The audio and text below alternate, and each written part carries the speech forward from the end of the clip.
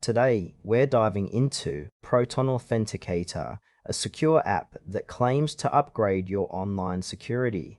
But does it really live up to the hype? Let's explore what makes it tick and whether it's worth your time. Proton Authenticator is designed to enhance your online security by providing two-factor authentication, 2FA, for your accounts. The app allows you to generate time-based one-time passwords, TOTPs, for various services, meaning even if someone has your password, they still can't access your accounts without the unique code generated by the app. What stands out immediately is its user-friendly interface. Setting up accounts is straightforward, and the app integrates seamlessly with your existing Proton services, which is a nice touch for those already in the Proton ecosystem. The focus on privacy is also a big selling point.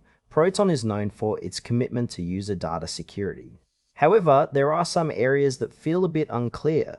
For instance, it's not immediately obvious how to recover your accounts if you lose access to the app. This could be a significant concern for users who rely heavily on 2FA for security. Now, let's break down some pros and cons.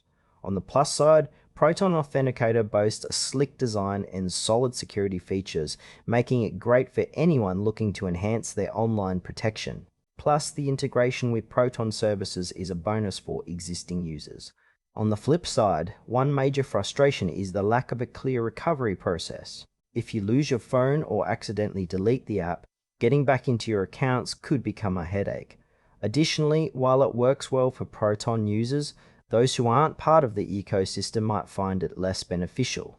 For casual users looking for a straightforward 2FA solution, it might work well, but more security-conscious individuals may want to explore alternatives that offer clearer recovery options.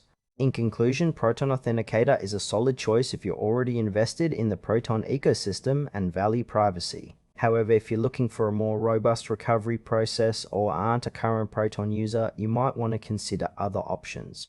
Overall, it's worth a try, but proceed with caution.